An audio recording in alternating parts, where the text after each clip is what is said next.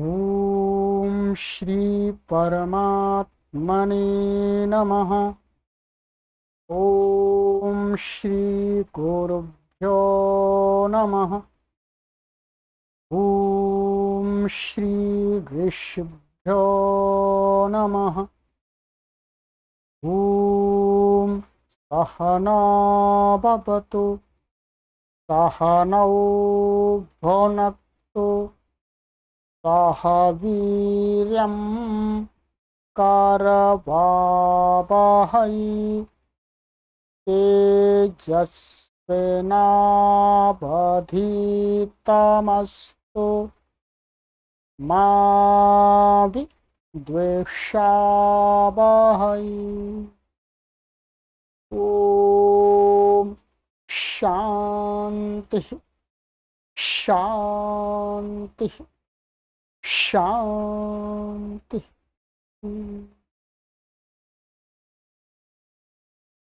सर्वेभ्यो नमः। देववाणी संस्कृतं यूट्यूब चलदृश्यं प्रति भवतां भवतीनां च हार्दं स्वागतम्। मित्रों, प्रारंभिक रचनानुवाद कौमुदी न्यू कोर्स कक्षा संख्या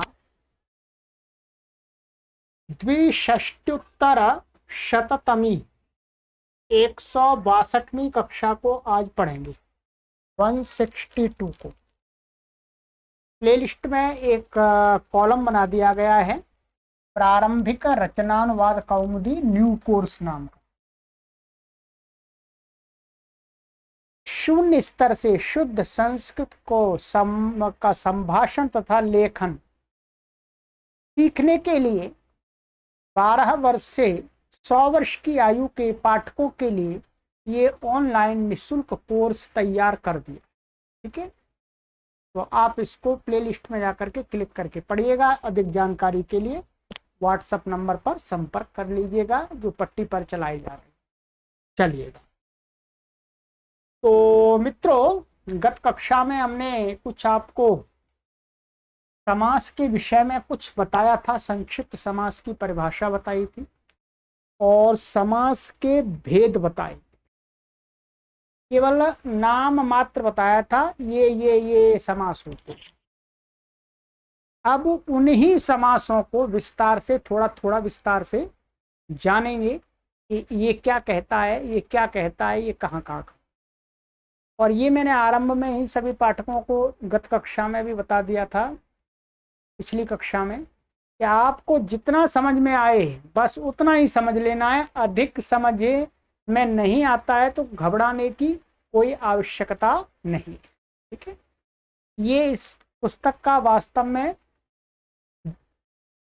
पाठ्यांश नहीं है, ये मैं अपनी तरफ से आपको एक्स्ट्रा पढ़ा रहा हूँ, जो कि इसके दूसरे भाग में पढ़ाया गया है। जो इसका दूसरा भाग है रचनानुवाद कौमुदी, मैं आपको पुस्तक दिखाता ही रहता हूँ रचनानुवाद कौमुदी की। ये इसका द्वितीय भाग है, इसमें समास को पढ़ाया गया है और इसका पूरा कोर्स तैयार है आपके लिए। आंसर शीट भी इसकी तैयार कर दी है और पूरी सभी कक्षाएं तैयार कर दी हैं। और पहले आप इसे पढ़ेंगे, उसके बाद इसको पढ़ना आरंभ करेंगे। ठीक है, परंतु मैं आपको समास का जो प्रकरण है वो अपनी तरफ से आपको पढ़ा रहा हूँ, ये ध्यान रखेंगे। तो इसलिए जितना समझ में आ जाए उतना पर्याप्त है। चलिए आगे चलते हैं। तो समास की परिभाषा हमने बता दी थी, दोबारा नहीं दोहराएंगे। और ये समास के भेद बता दिए थे आपको। एक केवल समासः, अव्ययी भाव समास, अव्ययी भावः, तत्पुरुषः, बहुव्रीहि, द्वंद्व, ये 5 थे। और फिर इसमें भी तत्पुरुष के 2 भेद बताए थे, एक कर्मधारया, एक दोगुः। ठीक है, और इसी प्रकार से द्वंद्व समास के भेद होते हैं 2, एक इतरेतर योग द्वंद्व बोलते हैं, एक समाहार द्वंद्व बोलते हैं। ठीक है, कुछ और भी भेद हैं, परंतु इस पाठ्यक्रम में उनको नहीं पढ़ेंगे, उनको आगे जाना दूसरे पाठ्यक्रम में। अब हम इनकी परिभाषाएं आपको बताएंगे। केवल समासः, केवल समास क्या होता है? केवल समासः किम भवति? अव्ययी भाव समासः किं भवति, तत्पुरुषः किं भवति, बहुव्रीहि किं भवति, द्वंद्वः किं भवति। अब इनका अर्थ समझाएंगे और उदाहरण देंगे कुछ कुछ। ठीक है, कॉपी तैयार कर लीजिएगा, पेन को हाथ में ले लीजिए। ठीक है, चलिएगा। तो सबसे पहले हम देखते हैं, हमारा जो सबसे पहला समास था नंबर 1, केवल समास। ये केवल समास क्या है? ठीक है, तो केवल समास की परिभाषा लिखिएगा। इस समास में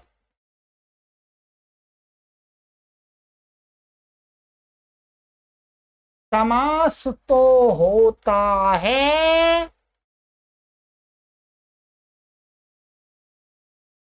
किंतु महर्षि पाणिनि ने इसकी कोई संज्ञा नहीं की, इसलिए विराम लगा लीजिएगा, इसलिए इसे केवल समास कहते हैं। विराम।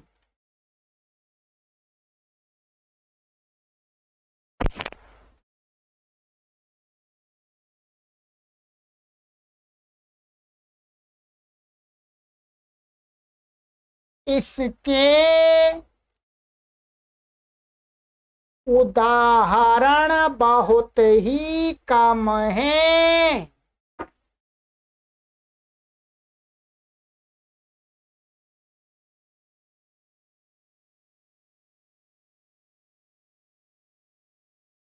चलिएगा, विराम लगा लीजिएगा, इसको समझ लेते हैं पहले, फिर इसके उदाहरण दिखा देते हैं।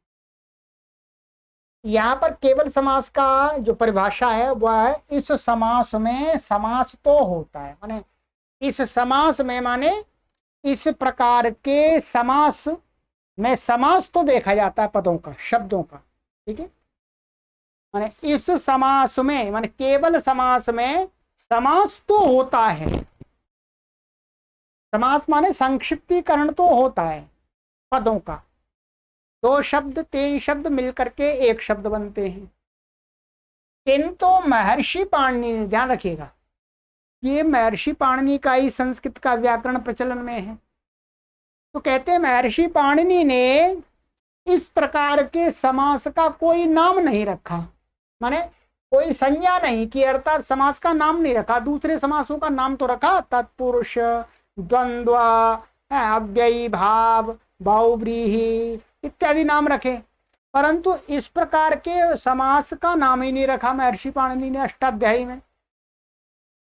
इसलिए क्या है, आचार्यों ने, माने उनके बाद के आचार्यों ने फिर इसको एक नाम दे दिया। क्या नाम दे दिया भाई? केवल समास। भाई इसको केवल समास है, महर्षि पाणिनि ने इसका कोई नाम नहीं रखा, तो हम ही रख देते हैं केवल समास। इसको, इसके उदाहरण बहुत ही कम मिलते हैं, बहुत अधिक उदाहरण नहीं बनते इसके, इसलिए ही वास्तव में महर्षि पाणिनि ने अधिक ध्यान नहीं।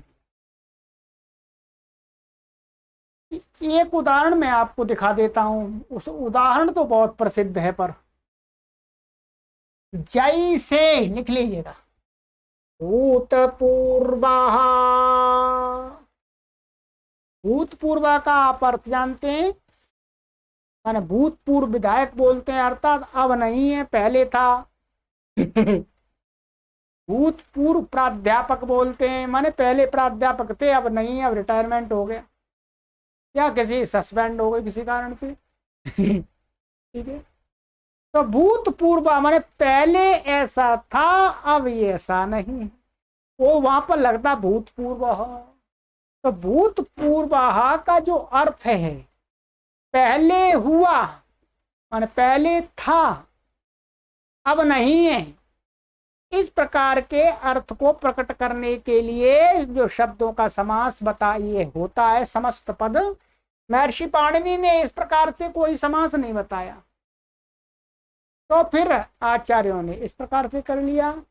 का इसमें भी समास हो जाएगा। इसका विग्रह करते हैं, ये तो समस्त पद हो गया। पूर्वम भूताः, पूर्व पहले हुआ जो, अब नहीं है इसका अर्थ।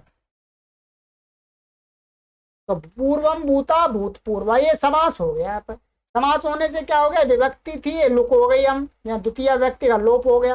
अब वो और ये क्या है, पूर्व इधर आ गया बाद में, भूत पहले चला गया इसी से,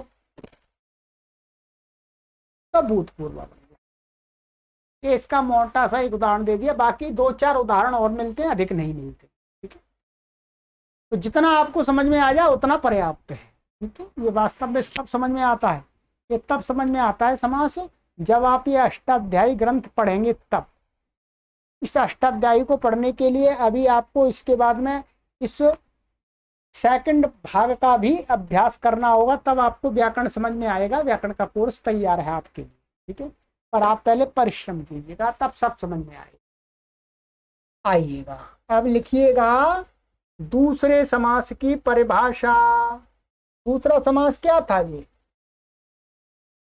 अव्ययी भाव समासः, लिख लीजिएगा।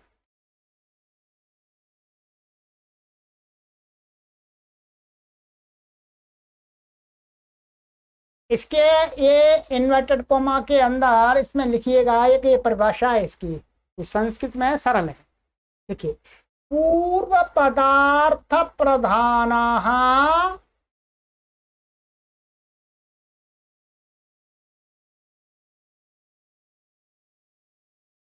अव्ययी भावः।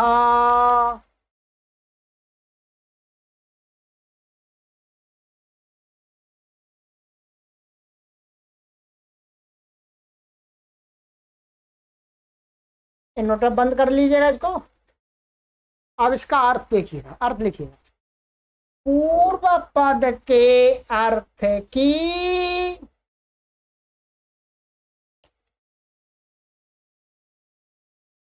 प्रधानता बताने वाला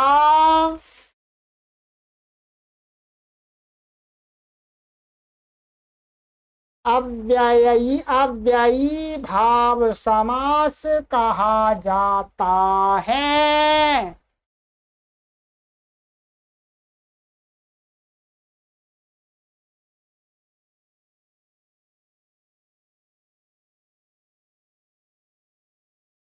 अव्ययी भाव समास की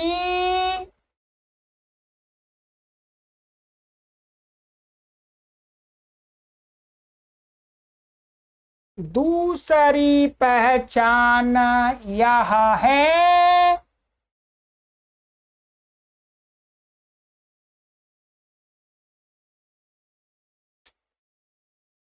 कि इसमें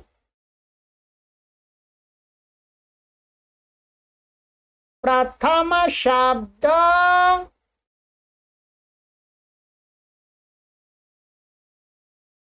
अव्यय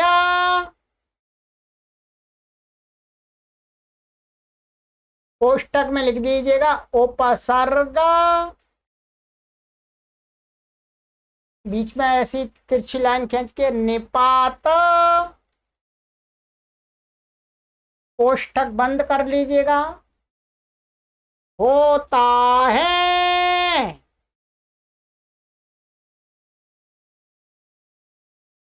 तथा दूसरा शब्द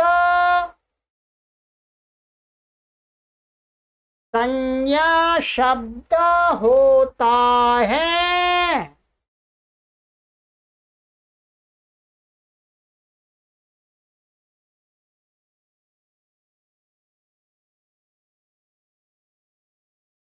विराम।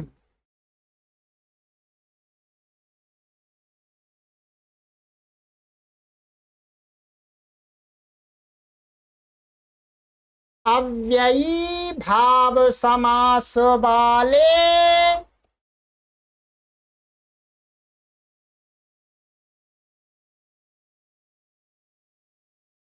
ह्रस्व अकारांत शब्द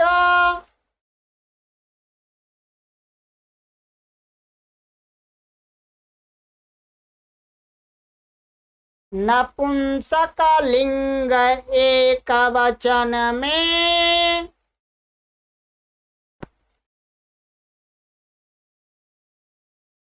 ही रहते हैं। विराम।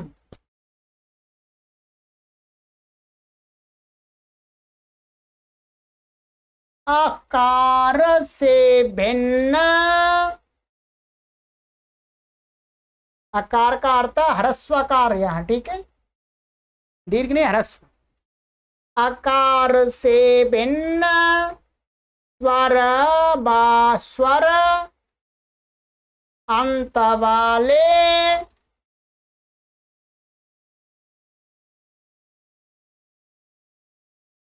अव्ययी भाव समास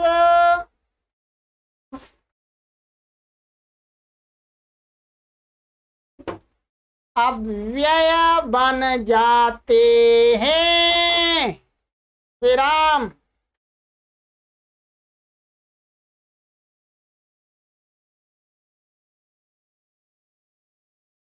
इनके रूप नहीं चलते हैं।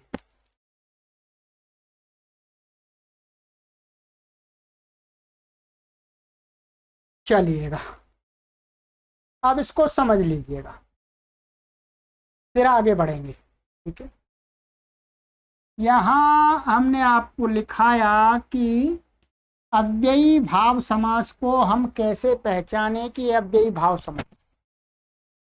इसका हमारे आचार्यों ने एक लक्षण दिया है, पूर्व पदार्थ प्रधान अव्ययी भाव,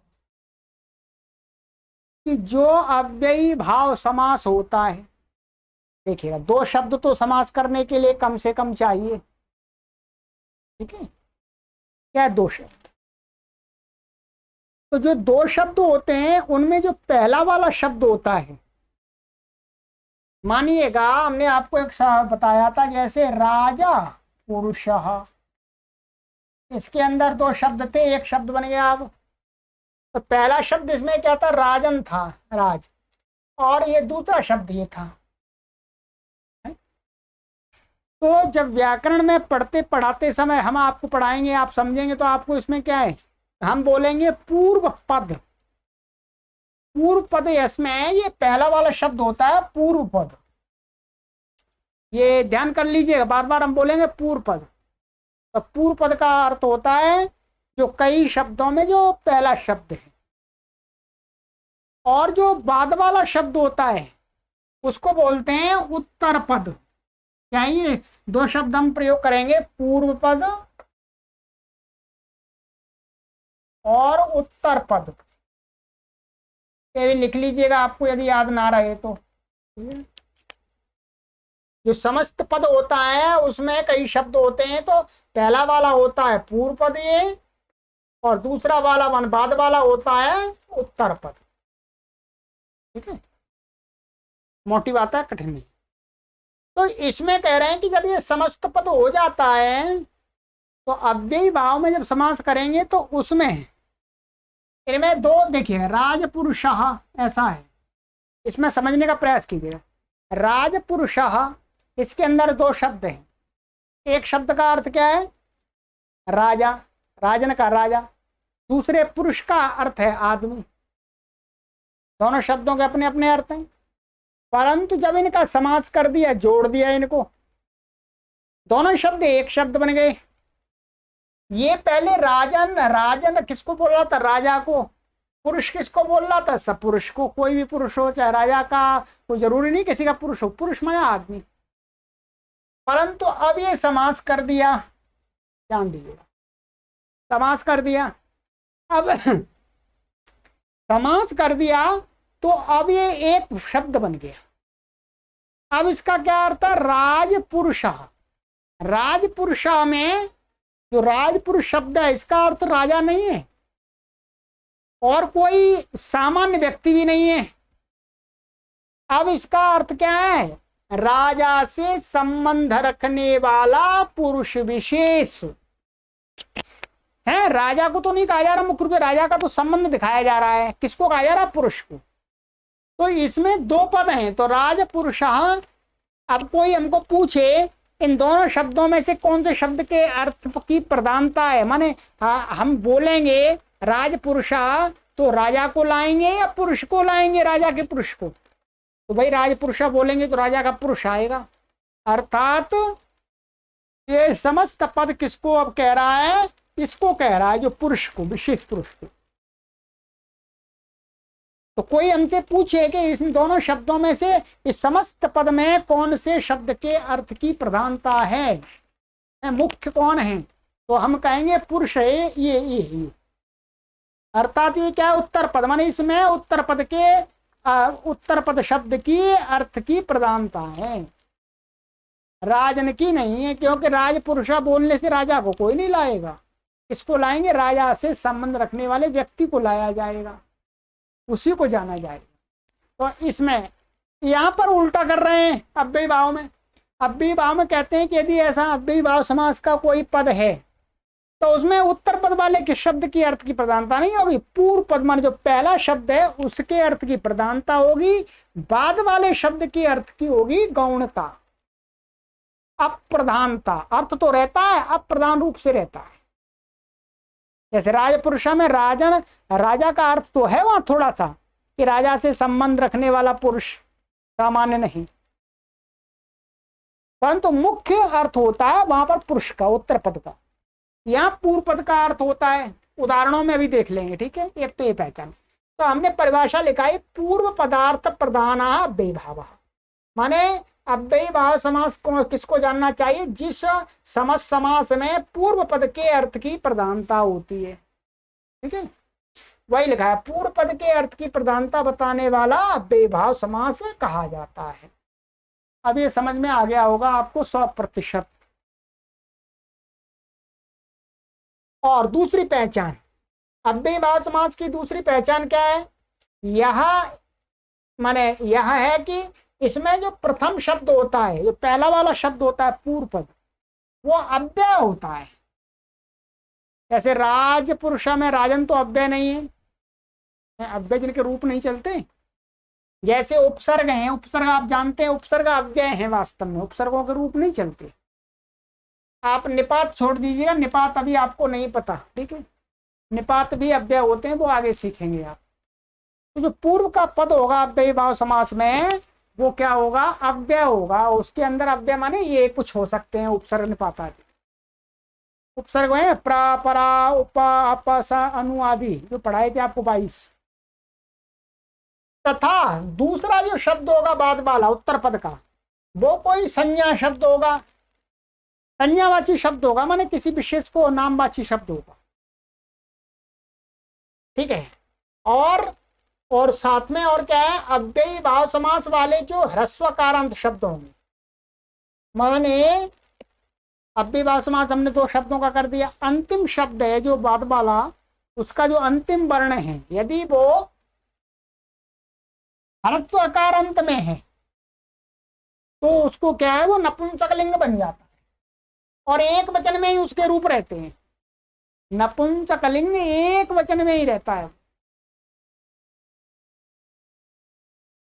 और ह्रस्वकार से भिन्न माने दीर्घ अथवा इकार, उकार, ऋकार इत्यादि कुछ भी हो, अंत में हो, माने स्वर अंत वाले अव्ययी भाव समास अव्यय बन जाते हैं, वो अव्यय हो जाते हैं, और इनके रूप नहीं चलते, ऐसे कैसे ही रहते हैं। फिर ह्रस्वकार से भिन्न जो स्वर हैं, स्वर ही अंत में होगा या व्यंजन होगा, व्यंजन भी हो सकता है, तो उन ऐसे शब्द इसके अंत में ह्रस्वकार को छोड़ करके कोई दूसरा वर्ण है तो उसके रूप नहीं चलते, वो अव्ययी होता है, अव्ययी भाव समास। आगे आप इस बात को उदाहरणों में देख करके समझ सकेंगे थोड़ा सा, ठीक है। देखिएगा और देखिए, इसमें और लिखिएगा थोड़ा सा दूसरा बिंदु, अव्ययी भाव समास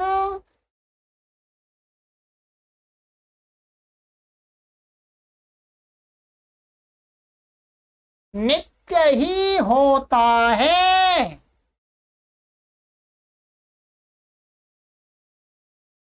विराम, इसके विग्रह का प्रयोग नहीं है, नहीं होता है, ऐसा होता लिख लीजिए। इसके विग्रह का प्रयोग नहीं होता है।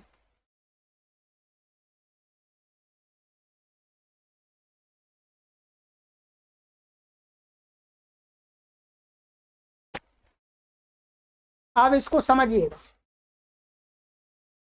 क्या कह रहे हैं। दूसरा हम कहती है ये अव्ययी भाव समास होता है, वो क्या है, इसका जो हमने विग्रह वाक्य दिखाया था और समास पद दिखाया था, जैसे राज्यः पुरुषः राजपुरुषः, हम राज्यः पुरुषः भी बोल सकते हैं, राजपुरुषः भी बोल सकते हैं। क्या बताया था मैंने पिछली कक्षा में, जैसे आप ऐसा भी कह सकते हैं राज्यः पुरुषः और राजपुरुषः भी बोल सकते हैं आप, दोनों का अर्थ क्या है, एक ही है।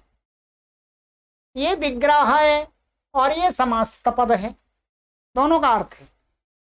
परंतु जो अव्ययी भाव समास होगा उसमें आप विग्रह का प्रयोग नहीं कर सकते, उसमें तो समास करना ही पड़ता है नित्य। ये अव्ययी भाव समास नहीं है, ये वाला हम दिखा रहे हैं केवल। अव्ययी भाव समास जो जहां पर होगा वहां पर विग्रह का हम प्रयोग नहीं कर सकते, वहां तो समास करके ही प्रयोग होता है। ठीक है, मात्र अर्थ को दिखाने के लिए हम अपनी तरफ से विग्रह कर देते हैं, बाकी समास होकर के ही साहित्य में प्रयोग होता है, लेखन में, संभाषण में। ठीक है, जैसे एक उदाहरण आपको दे रहा हूं मैं, उपग्रामम, ये है क्या है, उपग्रामम। इसमें क्या है, उप ये उपसर्ग है, अव्यय, ये अव्यय परिभाषा बताई थी कि पूर्व में अव्यय होता है, और ग्राम, ग्राम शब्द है, ये क्या होता है, संज्ञावाची है ग्राम शब्द। उपग्रामम, उपग्रामम ये अव्ययी भाव समास पद है। ये क्या है, उपग्राम का अंतिम जो मका आ है ये क्या है, ह्रस्वकार है, इसे नपुंसकलिंग हो गया और एक वचन में होगा गृहम के समान। ठीक है, अब इसका अर्थ क्या है, गांव के समीप, ये अर्थ है, ध्यान दीजिए। उपग्रामम का अर्थ गांव के समीप, ये ग्राम का अर्थ गांव और उप का अर्थ यहां पर होता है समीप, उप उपसर्ग प्राय करके समीप अर्थ में होता है। अब आप इसका विग्रह प्रयोग नहीं कर सकते कि उप ग्रामस्य, ऐसा प्रयोग नहीं कर सकते, ये प्रयोग नहीं होगा। जैसे ये प्रयोग कर सकते हैं ये भी प्रयोग कर सकते हैं, परंतु यहाँ पर तो समास किया हुआ ही प्रयोग होगा, क्योंकि अव्ययी भाव है, विग्रह का प्रयोग नहीं हो सकता। उपग्रामस्य, ठीक, तो उपग्रामम। अब इसमें अव्ययी भाव समास की जो भी शर्त थी वो सारी घट गई। पहली शर्त थी कि पहला पद होता है अव्यय, ये अव्यय आ गया।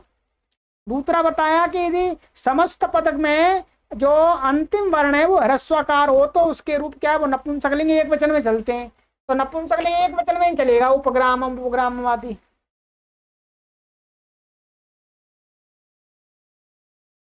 तो ये हो गया। ठीक है, और देखिए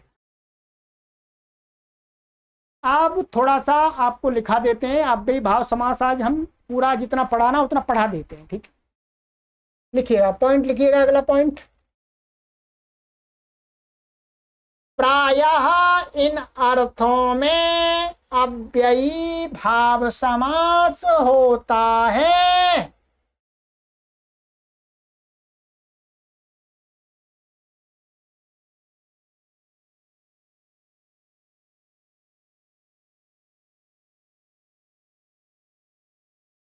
तथा ये अव्यय इन अर्थों में आते हैं।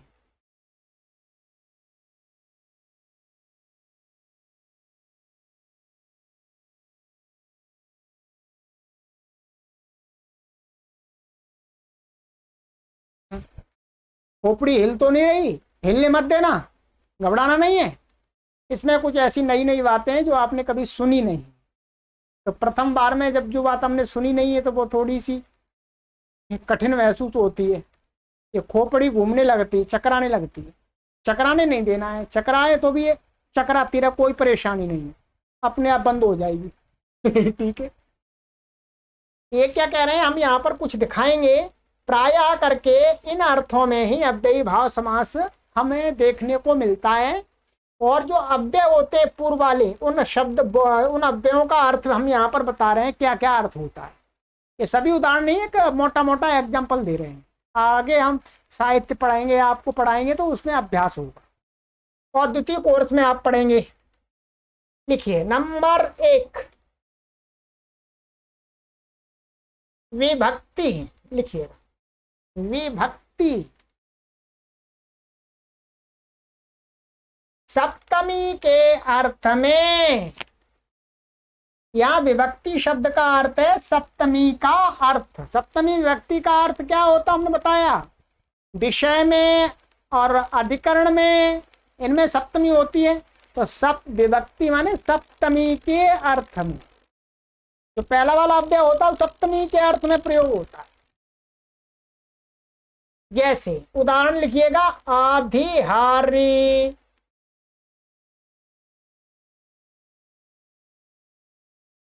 अब आप इसका विग्रह नहीं प्रयोग कर सकते, समास करके ही प्रयोग करना हो। आधिहारी, इस पूरे समस्त पद का अर्थ है हरि के विषय में, ध्यान दीजिएगा। आधिहारी, हमने आपको क्या बताया था कि अव्ययी भाव समास में एक तो पूर्व पद क्या होता है, उपसर्ग माने अव्यय होता है, अव्यय है अधि, अधि उपसर्ग है, और जो समस्त पद है उसमें यदि ह्रस्वकार से भिन्न कोई दूसरा वर्ण अंत में आ जाए तो वो अव्यय होता है, उसके रूप नहीं चलते। अब इसके रूप नहीं चलेंगे, ऐसा ही रहेगा आधिहारी। और पूर्व पद के अर्थ की प्रधानता होती है। पूर्व पद इसमें क्या है, अधि, अधि का अर्थ क्या है बताया, सप्तमी का अर्थ है यहाँ पर विभक्ति। हरि अधिहरि, तो हरि के विषय में ये अर्थ आ गया, ये के विषय में अर्थ है अधि का, अधि का अर्थ है यहाँ पर के विषय में, हरि के विषय में। यदि इसको बात को कहना हो तो हम कह सकते हैं अधिहरि, बस ठीक है, इतना ही काफी है। तो ये हो गया। अब लिखिएगा दूसरा समीप अर्थ में, समीप अर्थ में देखिए समीप अर्थ में यहां आगे लिखिएगा उप, ये उप उपसर्ग है, उप का अर्थ प्राय करके समीप, जैसे उपनिषद है, मनुष्य पास में बैठना, उप। तो जैसे उप प्लस गंगा समास कर दिया तो क्या होगा, उपगंगम ऐसा हो जाता है। ये जो गंगा दीर्घता, ये यहाँ पर क्या है, व्याकरण के नियम से ह्रस्व हो जाता है तो नपुंसकलिंग बन जाता है। उपगंगम, उपगंगम का अर्थ उप माने समीप, गंगा माने गंगा के समीप, गंगा के समीप। तो यहाँ पर पूर्व पद के अर्थ की प्रधानता है, गंगा के समीप, ध्यान रखिएगा सब जगह। जैसे यहाँ पर अधि का अर्थ क्या है, हरि के विषय में, तो विषय में ये इस पद में हरि, अधि हरि में प्रधान है, हरि प्रधान नहीं, हरि के विषय में। वैसे ही यहाँ पर गंगा, गंगा की प्रधानता नहीं है, उपगंगम, उपगंगम माने गंगा के समीप, गंगा के समीप कुछ भी दूसरा उसको बताया जा रहा है, गंगा को नहीं बताया जा रहा। तो पूर्व पद के अर्थ की तो ये गंगा के समीप। तीसरा लिखिएगा, तीसरा है समृद्धि अर्थ। समृद्धि माने किसी चीज की बाहुल्यता। समृद्धि अर्थ में सु उपसर्ग का प्रयोग किया जाता है अव्ययी भाव समास में, लिख लीजिएगा सु उपसर्ग है। जैसे सु प्लस मद्रा समास कर देंगे सुमद्रम, क्या बना दिया, सुमद्रम। तो ये नपुंसकलिंग, ये ह्रस्वकारांत, इसलिए समास होने के बाद नपुंसकलिंग बन गया है, एक वचन बन गया सुमद्रम। सुमद्रम अर्थ का क्या अर्थ है, मद्र ये देश है, मद्र देश है, तो मद्र देश की समृद्धि, सु का अर्थ क्या है, समृद्धि। तो इसमें क्या है, सुमद्रम जब बोलते हैं तो सुमद्रम से व्यक्ति क्या बताना चाहता है कि मद्र देश की समृद्धि, समृद्धि को बताना चाहता हूं। तो समृद्धि यहाँ पर किसका अर्थ है? सु का। ये सु पूर्व में, तो पूर्व पदार्थ प्रधान अव्ययी भाव। पूर्व पद के अर्थ की प्रधानता है सु की। ये हो गया। चौथा लिखिएगा, लिखते जाइएगा, अभी कंप्लीट कराना है आज। चौथा है वृद्धि। वृद्धि अर्थ में वृद्धि का अर्थ है दरिद्रता। दरिद्रता भाव। जैसे दुर उपसर्ग है, यहाँ दुर का, दुर उपसर्ग का प्रयोग होता है।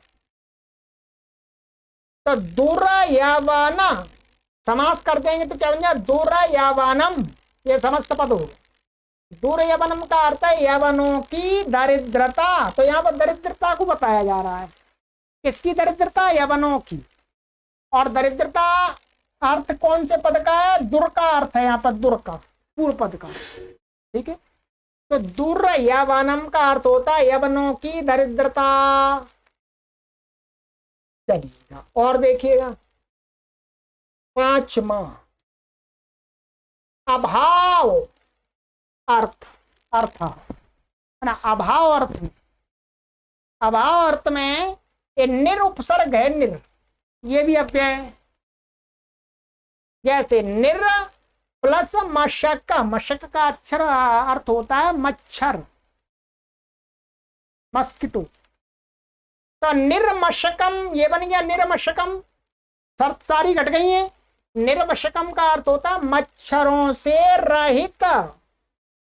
मच्छरों को नहीं कहा जा रहा, मच्छरों से रहित। अभाव, मच्छरों का अभाव। तो यह निर का अर्थ की प्रधानता है। निर्मशकम में मच्छरों का अभाव, अभाव को बताया जा रहा है। ठीक है, चलिए कुछ और है, उनको भी लिख लीजिएगा। छठा लिखिएगा,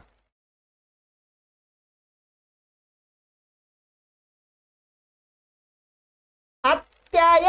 अत्यय, अत्यय का अर्थ होता है नाश। अर्थ में, नाश अर्थ में। जैसे अति, अति का अर्थ एक नाश भी होता है और एक अधिक भी होता है। तो अधिक अर्थ वाला नहीं लेना है। अति हेमम, अब अति हेम प्लस अति प्लस हेम बराबर अति हेमम। तो अति का अर्थ है यहाँ पर, अति हेमम का अर्थ है जाड़े की समाप्ति। जाड़े की समाप्ति पर जाड़े का नाश, समाप्ति का अर्थ नाश ही हो गया। तो क्या है अति हेमम? तो हेमम, हेमम का अर्थ होता है जाड़ा, ठंडी। तो यहाँ पर किसको? जाड़े की समाप्ति, समाप्ति है यहाँ पर। तो समाप्ति अर्थ किसका? अति का है। ठीक है, तो यह अति शब्द अत्यय, नाश, समाप्ति अर्थ में प्रयोग होता है। उसका अर्थ होता है बेभाव समास में। सातवां लिखिएगा, असंप्रति। अतः कोष्ठक में लिख लीजिएगा अनुचित अर्थ।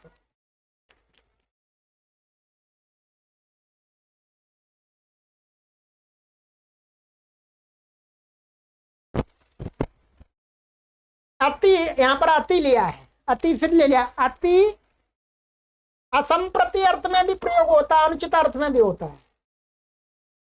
अति प्लस निद्रा माने अति निद्रम। अति निद्रम का अर्थ है यह निद्रा का समय नहीं, अर्थात ये सोने का काल नहीं है। सो रहे हैं घर्राटे लेकर के। अति निद्रम माने, अति निद्रम बोलने से क्या अर्थ की प्रतीति हो रही है? अरे भाई सोने का समय नहीं है ये।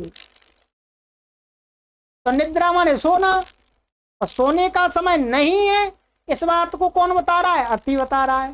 तो अति शब्द की प्रधानता है, माने सोने का काल नहीं है यहाँ। भाई उठ जाओ, जल्दी से ड्यूटी पे जाओ। तो यहाँ पर अति का प्रयोग हो रहा है। ठीक है, शर्त तो वही है सारी। आठवां लिखिएगा,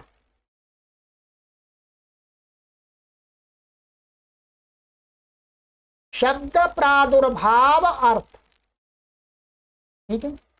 शब्द प्रादुर्भाव का अर्थ है शब्द का उच्चारण। इस अर्थ में भी इति अव्यय प्रयोग होता है, ये उपसर्ग नहीं है, ये निपात है। क्या है, हमने जो लिखा है तो निपात, पर निपात भी अव्यय होते हैं। देखिएगा, इति प्लस हारी, इसका समास कर देंगे तो क्या होगा, इतिहारी, एक ही शब्द है इतिहारी। इतिहारी का अर्थ है हरि शब्द का उच्चारण। अब यहां पर उच्चारण, उच्चारण किसका आया, ये शब्द का उच्चारण, ये अर्थ किसका आया, ये इति का अर्थ है। पूर्व पद में अव्यय है, उसके अर्थ की प्रधानता है हरि शब्द का उच्चारण। हरि को नहीं कहा जा रहा, हरि शब्द का उच्चारण बताया जा रहा है। अब ये ह्रस्वकारांत नहीं है, इसलिए अव्यय हो गया। आपको नियम बताया था, ह्रस्वकार से भिन्न स्वर अंत वाले शब्द अव्यय बन जाते। चलिए 9वां, थोड़े सौ और 3 और लिख लीजिएगा। पश्चात अर्थ, पश्चात अर्थ में भी अनु का प्रयोग होता है। अनु प्लस रथ बराबर अनुरथम।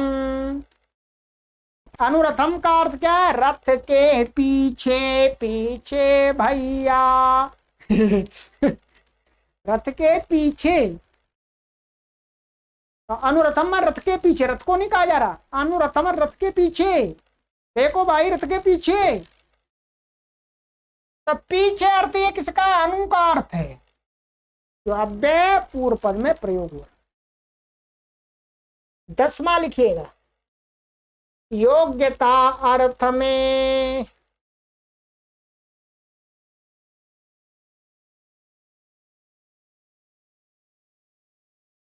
योग्यता अर्थ में अनु, अनु है, अनु उसमें भी आता है, पश्चात अर्थ में भी आता है और योग्यता अर्थ में भी आता है। अनु प्लस रूप अनुरूपम, क्या अनुरूपम, अनुरूपम का अर्थ हो गया रूप के योग्य। अनु का अर्थ क्या है, योग्य, और रूपम का रूप अर्थ है, तो अनुरूप रूप के योग्य। योग्य अर्थ कहां से आ गया, अनु का, ठीक है, पूर्व पद में प्रयुक्त है। 11वां लिख लीजिएगा अंतिम, प्रत्येक अर्थ में, प्रत्येक अर्थ को बताने के लिए भी होता है किसका, प्रति का, प्रति अव्यय, ठीक है, प्रति अव्यय। तो प्रति प्लस गृह प्रतिगृहम, प्रतिगृहम का अर्थ क्या होता है, प्रत्येक घर,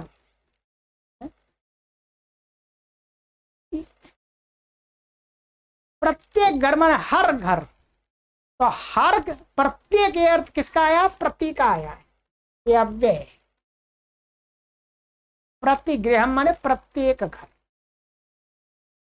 अब देखिएगा, पहली बात तो मैंने बताया था आपको, संस्कृत में समास प्रकरण एक तो कठिन है थोड़ा, और उस संस्कृत के समास प्रकरण में ये अव्ययी भाव समास थोड़ा कठिन है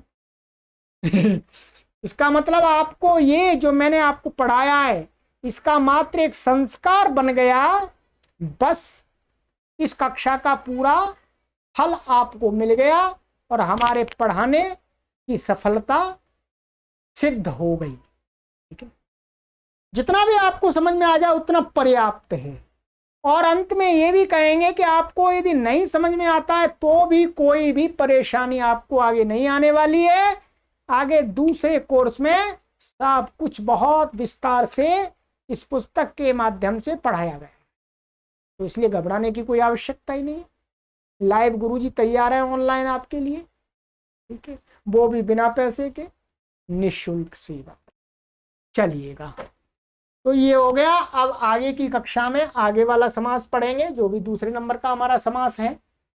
अब दूसरे नंबर का समास कौन सा है भाइयों, दूसरे, हाँ, तीसरे नंबर का, दो तो पढ़ाई दिए आपको जी, एक केवल समास है, एक अव्ययी भाव समास है, तो पढ़ ली। तीसरा समास कौन सा, तत्पुरुष समास, बहुत प्रसिद्ध समास है।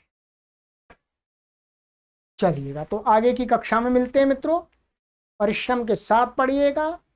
संकल्प, धैर्य, श्रद्धा, परिश्रम, इन चारों चीजों को जो आरंभ में आपको कक्षाओं में बता रहे थे, उन चारों चीजों को अपने मन में अच्छी प्रकार से धारण करके इस कोर्स को पढ़िएगा। 100% आप संस्कृत के अच्छे विद्वान और विदुषी बन जाएंगे, इतना आपको हम विश्वास देते हैं। सर्वेभ्यो नमः।